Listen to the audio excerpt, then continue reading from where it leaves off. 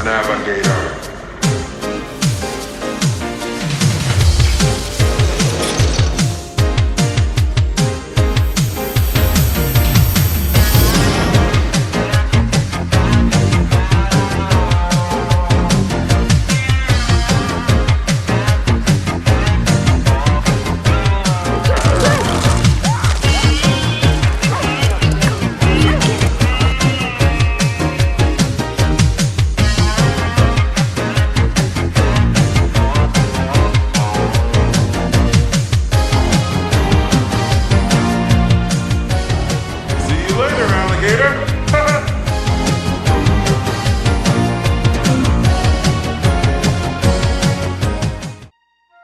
Flight of the Navigator was released in 1986 and unfortunately failed at the box office, but after the release it soon gained popularity on TV and VHS and became a cult classic. It was originally funded by an independent Norwegian company called Viking Film, but during the production they went bankrupt. Disney at the time picked up the film and the rights during the company's liquidation and put up the money to complete the film. In regards to the marketing, the poster design does look very bland and doesn't really look that spectacular. The trailer for the film is nothing special, so there wasn't much of a push behind the film in my opinion from Disney. The film is directed by Harold Kleiser, who had directed The Blue Lagoon and went on to make Honey, I Blew Up the Kid, but his most popular and best known film is Grease. I've never really been a big fan of that film. I think I heard the musical numbers so many times growing up, I just got sick of it.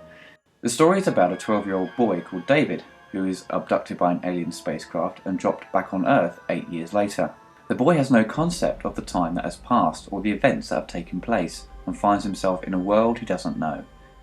He returns home thinking he'd only been gone for a few minutes and finds new people living there. He sort of freaks out and is taken to the local authorities, and the police locate his family. Everyone is shocked to see David and to why he hasn't aged. By this point in time, NASA have discovered a spaceship and keep it locked up on their base. NASA begin to run some tests on David to try and understand why he hasn't aged and to find out where he has been for so long.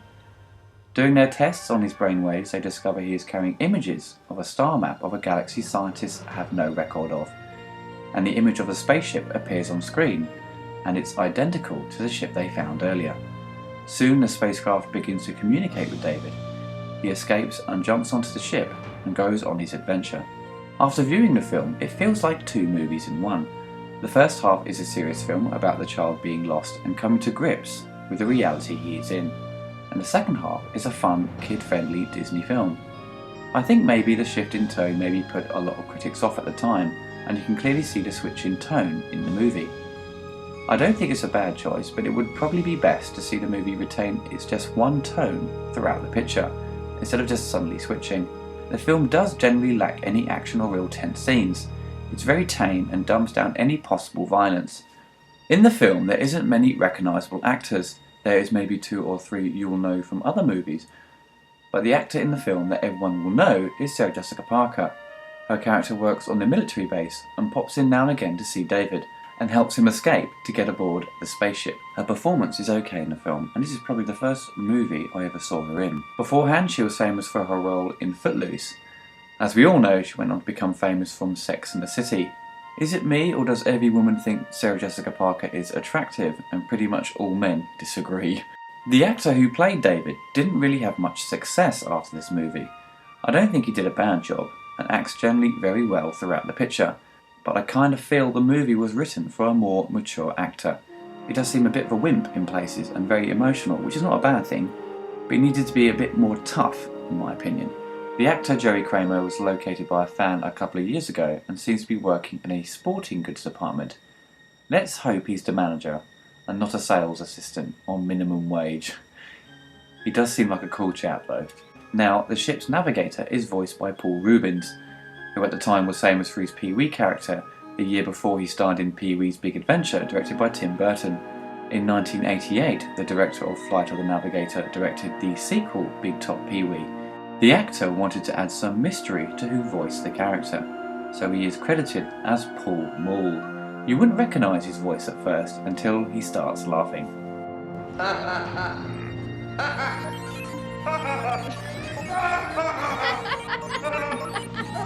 The score to the movie has become a sought-after collectible and is often mentioned when the film is discussed by fans. Alan Silvestri, who done incredible work on Back to the Future, scores the entire film electronically instead of his classical style. The soundtrack has two memorable tracks, the opening and end credits, that really grab your attention and seem very alien in sound, and has a sound that seems very unfamiliar when first heard. Obviously it's got the 80s vibe to it, but it comes across as original and fresh. The special effects are a mix of matte paintings, miniatures and CGI. The film is a very early attempt by artists to use computer graphics to replicate live-action objects in a feature film. It used environmental mapping to create the illusion of a chrome spacecraft within a frame.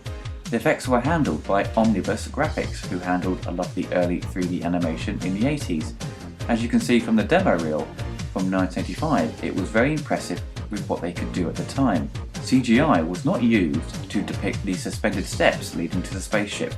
The effect of the door liquefying to form them was achieved through stop-motion animation by creating a series of metallic sculptures for every frame of the animation, and they appear to support David's weight with a simple optical illusion. They were mounted on thin beams which were angled in such a way to be hidden from the camera. Pretty much all the shots of the spacecraft as it travels at top speed within the frame is CGI. There are a couple, I believe, are miniatures because the level of detail is different. Terminator 2 was a film that really showed off the effect of environmental mapping on a 3D object, adding reflections and light to the effect, as you can see here.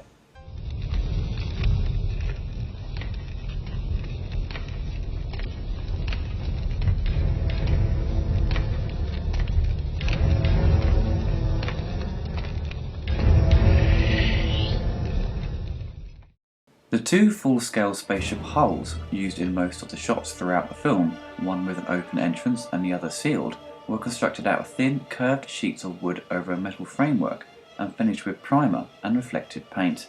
There were some early designs to have it more retrofitted so you can see the joins in the ship, but they decided to keep it smooth. One of the hulls underwent refurbishment and is currently used as the cool ship in Tomorrowland of Magic Kingdom at Walt Disney World. The other hull can today be seen on the studio backlot tour at Disney Hollywood Studios. The film still stands up on a technical level and can still entertain a new generation who haven't seen it. The film unfortunately lacks action and any real strong emotions. It still works and you feel sorry for the kid, but by the end you're not really bothered if he gets home or not. That's just my opinion now. Maybe when I was younger I was more concerned, but to an older audience the film may not work on that level. One cool thing I liked about the film is when he does go into the future, his younger brother, who is obviously older now, from the start his little brother was a bit of a dick, and in the future he's a pretty cool guy who desperately tries to help David and sticks by him at all times. I really liked that story arc. You can easily pick this film up in a DVD bargain bin. In the UK I don't think it's distributed by Disney, and the film hasn't been given any special treatment, which is a shame because it's still a classic. And it's still fun thanks to the voice of Paul Rubens, who adds some great humour and obviously the awesome soundtrack.